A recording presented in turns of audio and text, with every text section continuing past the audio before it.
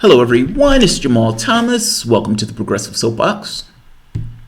This one is not going to be long, but I found an awesome video, and I like to give applause and accolades when those applause and accolades are deserved.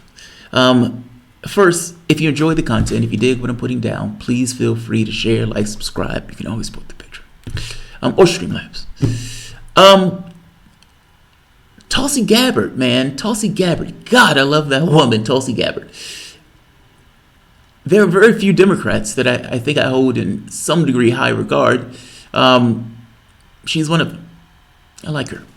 Now, this was Tulsi Gabbard back in, let's say, this was 2018. Do I want to go there first?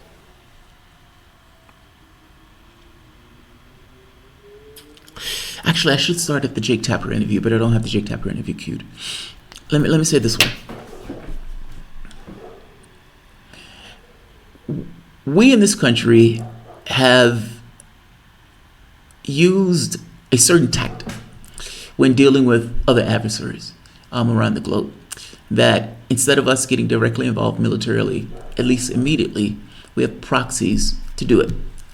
One of those had to do, let's say, for example, in the Soviet Union. When the Soviet Union was invading Afghanistan, the United States essentially assisted the military in Afghanistan, or you could say the Mujahideen in Afghanistan, radicalizing them that much more, believing the radicalization would make them fight harder.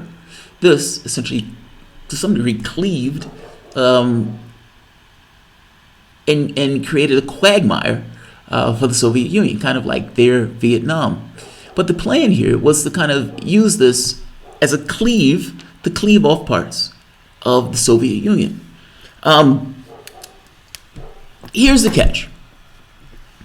Congratulations. Your plan worked. You were able to essentially bog the Soviet Union down in a Vietnam type scenario, and you could even make the argument that you were able to cleave off parts using this kind of radical terrorism to do so. Congratulations. Brzezinski. It was Brzezinski. Brzezinski was the one who came up with that particular plan. I think Brzezinski will admit that that plan worked. Brzezinski is actually Mika's father. Mika on the Today Show. Not Today Show, Jesus Christ, morning show. Problem. Blowback. Unforeseen consequences by short-sighted human beings that could only look at the immediate scenario. Those terrorists turned around and started to attack us when we instigated ourselves into Iraq. Weapons and training was used on our troops and our soldiers. It's blowback. That's exactly what it is. Now, here's the thing.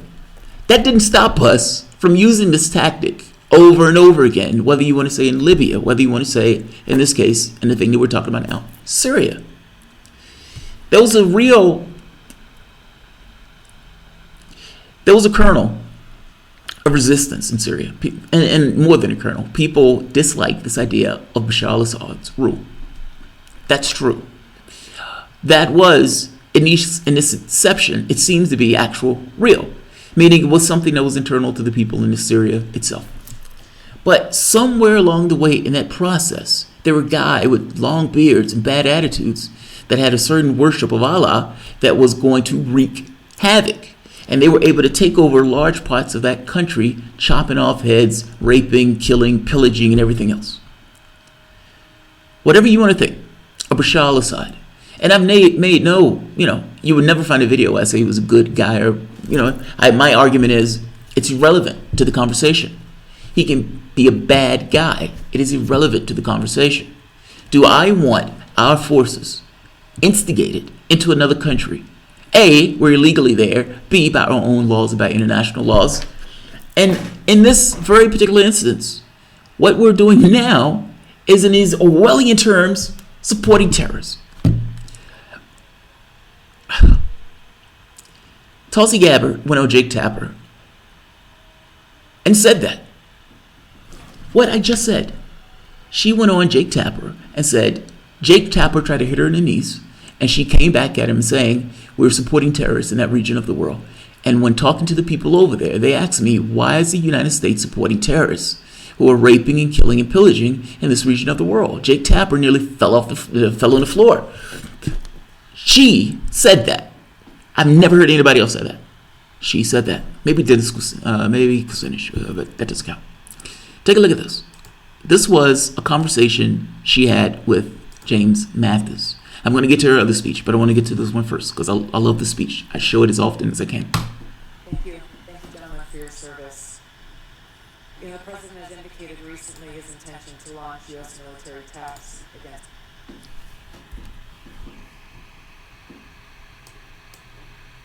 Syria. Article 1 of the Constitution gives Congress the sole power to declare war. Congress has not done so against the Syrian government. Section 3 of the War Powers Resolution requires the President to consult with Congress before introducing U.S. armed forces into situations of hostilities.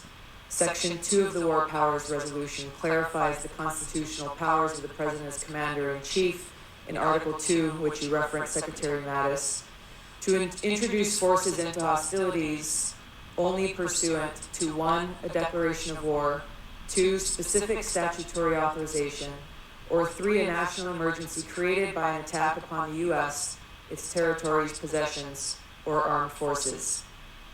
Syria has not declared war against the U.S. or threatened the U.S. The launch of B-9 missiles against Syria by Trump last year was illegal and did not meet any of those criteria in the War Powers Resolution. The Consolidated Appropriations Act of 2018. Just so she's talking to James Mattis, and she tells him, look, the actions that you guys took last year was illegal. Now that's mind-blowing because she's right. As a flat fact, everything that she read there was absolutely flat fact true. It was just, hey, this is the Constitution. It seems like what you're doing is going beyond the Constitution. It seems extra constitutional, or in another word, illegal. Illegal. Illegal. Illegal. I like that word. Illegal. Too bad we don't do anything for people doing things illegal anymore.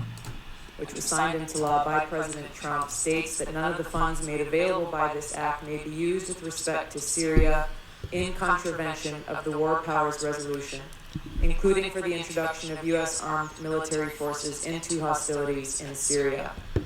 My question is, will the President uphold the Constitution, the War Powers Resolution, and comply with the law that he signed by obtaining authorization from Congress before launching U.S. military attacks against Syria? Congresswoman, we have not yet made any decision to launch military attacks into Syria. I think that when you look back at President Obama sending the U.S. troops into Syria at the time he did, he also had to deal with this type of situation because we were going after a named terrorist group that was not actually named in the AUMF that put them in. This is a complex area. No. Yes, not. Let's not mince words. Complex. I think the word you're looking for, sir, is illegal. Illegal. Not complex. You can use euphemisms, but the euphemism should have some, tangential thing to reality. So let's go from there. Mattis eventually gets to the point of saying they don't have any evidence. They're still looking for the evidence. You attacked a country illegally, and the thing that you attacked them on, you could not even prove they did. A, you didn't have justification to attack them, even if they did do what you say they did. And B, the attack was illegal by our laws, international law. Where's Chuck Todd and the fact check team? So, Tulsi Gabbard, that woman who's doing those magnificent things in those videos, in that video, also goes to the well of the Senate, well of the House of Representatives, and gives a blistering takedown of Donald Trump. It's only like 60 minutes, like 1 minute, 60 seconds. But it is amazing. God, I love this woman. Let's take a look at this. I probably should have did this one first. I didn't want to spend this much time on the other one, but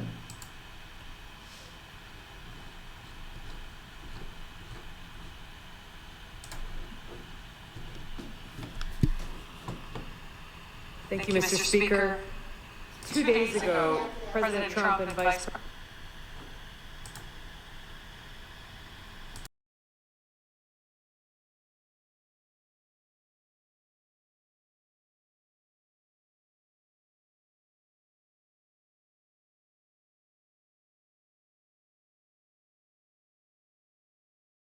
Gee. President Pence delivered solemn speeches about the attacks on 9/11, talking about how much they care about the victims of Al-Qaeda's attack on our country. But they're now standing up to protect the 20 to 40,000 Al-Qaeda and other jihadist forces in Syria, threatening Russia, Syria, and Iran with military force if they dare attack these terrorists. This is a betrayal of the American people, especially the victims of Al-Qaeda's attack on 9/11 and their families, first responders, and to my brothers and sisters in uniform who have been killed or wounded in action. This is a brutal means of arguing, by the way, because what she's saying is absolutely right. I mean, ultimately, the argument is Al-Qaeda attacked us on 9/11. Okay, fair enough. If that's the argument, then why are you protecting 40,000 terrorists in Syria? Now, the reason that they are protecting 40,000 terrorists has nothing to do with humanitarian causes. As I've said on multiple times, I've showed the Rex Tillerson memo that gets across that our policy around the world: protect your friends, hit your enemies over the head, be hypocrites. It's perfectly okay in the context of foreign policy. The United States and Western powers tried to take down Syria. They took down Libya. They took down Iraq. They wanted to put a puppet regime in Syria also, and they hit their head on this idea of Russia and Iran backing up the government and restoring the government where they could take back their territories. So now you have a situation where Western powers tried to take down a country and failed in their pursuit of taking down that country with a bunch of terrorists, 20 to 40,000, running to one area of the globe, Ilib. Syria is going to take back its territory because it's its territory to take back. It's not that I like this idea of people who are innocent being killed. I don't like that idea at all. There have been hundreds of thousands of people that have died in this fucking war. And this war, to some degree, was propagated based on Western forces literally trying to use terrorists as a battering ram to take down the Syrian government. That's the truth of the matter. The reason why Ilib is all of a sudden so important to these guys is, to some degree, national identity. And they don't want to admit that they failed miserably in trying to do what they wanted to accomplish, which was to take down that government. If Ilib falls, it's done. At least for now, it means they failed. And Ilib will fall. The only question to this is whether the United States will strike Russia in order to protect 40,000 Al-Qaeda terrorists. And as she said, the people who were in the planes on 9/11. Love that woman. I love that woman. All right. I'm going to end this. I'm not going to keep this one long. Actually, this one is gone 10 minutes. Okay, this one is gone 13 minutes. I said I wasn't going to keep this one long. Fair enough. I lied. All right, guys. If you enjoy the content, please feel free to share, like, subscribe. And of course, you can always support through PayPal or Patreon. Thanks all. I will probably see you in a few because I have a list of videos that I've been wanting to do for the last 2 or 3 days. I got to be honest, I called it a vacation. It ended up not being a vacation at all. And the vacation was only going to be for like 2 days. So, and by the way, this is not a vacation. We're traveling. We've planned this going back over a year. And we're going to go from place to place to place. The awesome part of this is I'm able to talk to the people about the political situations in various countries. And I get to bring those videos back. She is going to do a travel thing. But my thing is more politically oriented around. Look, this show is a talking show. It's a discussion show. And so that's pretty much going to be the same thing that takes place out there. There's no point in changing the format. I'll leave it at that. I have some interesting interviews that I'm going to upload. One on Kenyan politics and one on Trump trying to extort money from Qatar. That one is weird and hilarious. Only insofar as Saudi Arabia doesn't attack Qatar first. It's weird, but apparently it's true. All right, guys. I'm going to end it here, man. You're glad the baboons didn't get to me? Well, I appreciate it. The baboons didn't get to me. If you come to the UK, try to meet George Galloway. All right, so I did try to meet George Galloway. Not meet him, but George Galloway has informed my workable point of view, if that makes sense. Like, it's look. I accept something that I know other people don't. I accept that my world is not solid. I accept that it's impossible for me to fully comprehend any particular situation. Anybody that says they do, they're lying to you. And when people talk in these absolutist terms, they are either misguided or they are lying. Now, I say that to say it's how I think is more, I guess, is dramatically important. Like Jack Fresco used the term workable point of view, and I like that term. How do you process the world? Like, how do you aggregate this stuff into a position, into something that you're thinking or something that you're advancing? And what is the outcome of what you're advancing? I guess that's the way to put it. And to not do that based purely on I am British, I'm American, I'm something else. But to do it based on, if I'm sitting on the moon, what would be true? Without fairness, there would be no peace. It is impossible to deal with somebody from the standpoint of inequity and expect them to accept the inequity. They're not. It's going to create conflict. Galloway is probably one of my favorite people. I've watched his show, and even the format of the show to some degree. When I would allow call-ins, and I've allowed people all sorts of privilege to call in. I've said, if you have a case to make your case. I will give you 5 minutes. I think I've used the term I've allowed any random idiot to call in. I don't mean that for my audience. I mean that for other random idiots. But make your case. Now, I do that because Galloway's show does that. And I love the effect. He has these arguments. He has these conversations. Sometimes he's being a dick to people. Sometimes it's just a really good conversation. That was one of those things I wanted to implement on my show because I like the dynamic. And I like to argue to some degree, depending on the conversation. I like to have a conversation. Let's say it that way. Arguing is different. But yeah, man, I contacted Galloway. I think his wife hit me back. And I hit her up to set an appointment, and that was the end of it. So I don't know. But yeah, Galloway is one of my favorite people. I would love to meet him. All right, I'm going to end this. Absolutely is a vacuum in space.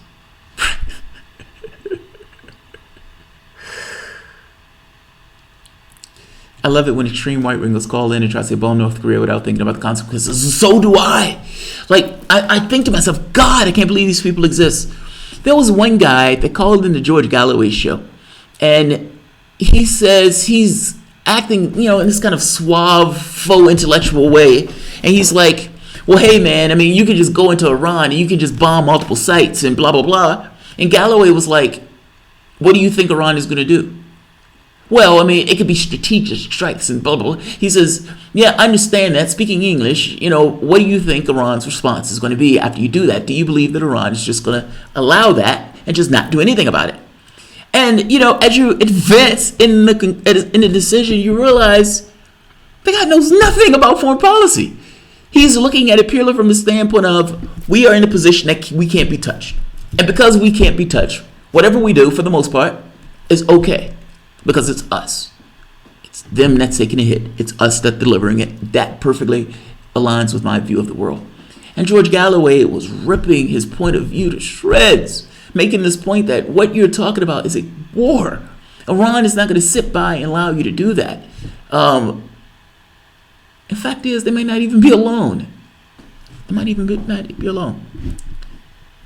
Hits up beefy dudes on Grindr.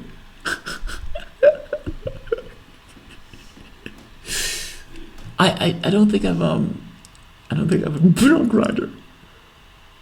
Very superficial ideologies about the world, yeah. Agreed. What is Skip Rock saying as being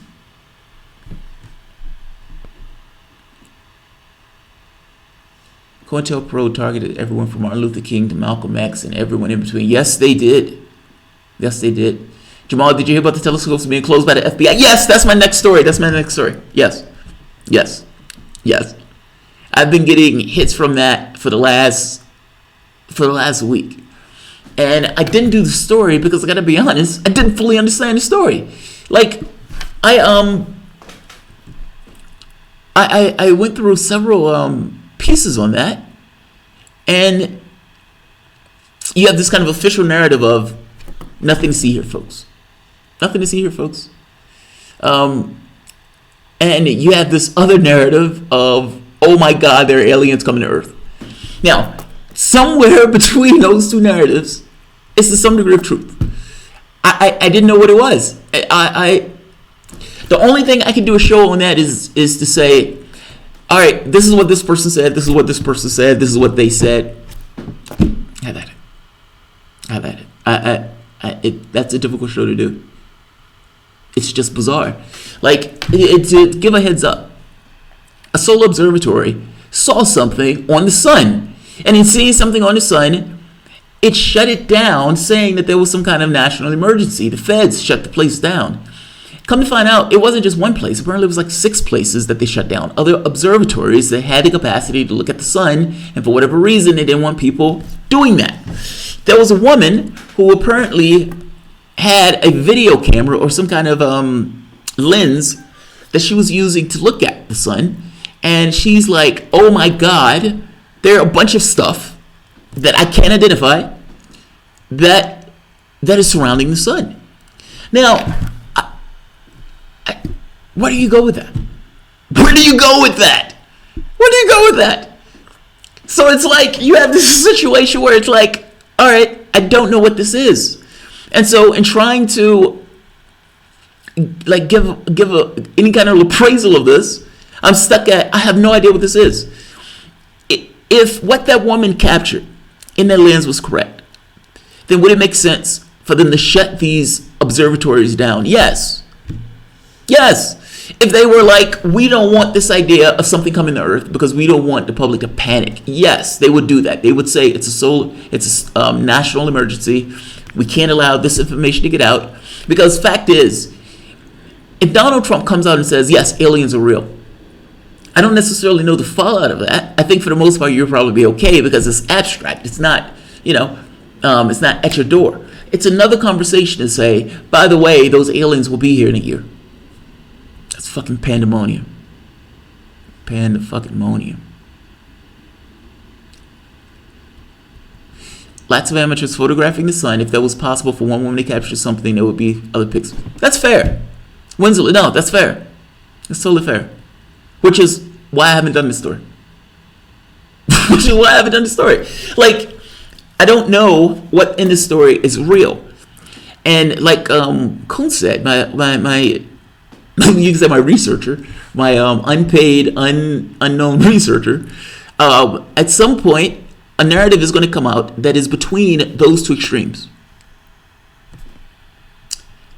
Who knows what it is? In fact, there's no way to know if that narrative is right. Why are they shutting down 6 observatories on the guise of national security? That's what I want to know. And fact is, if they're doing that, they're doing it for a reason. And I'm just saying, man, it's weird. It's bizarre. It's very, very weird. All right. It's very, very weird.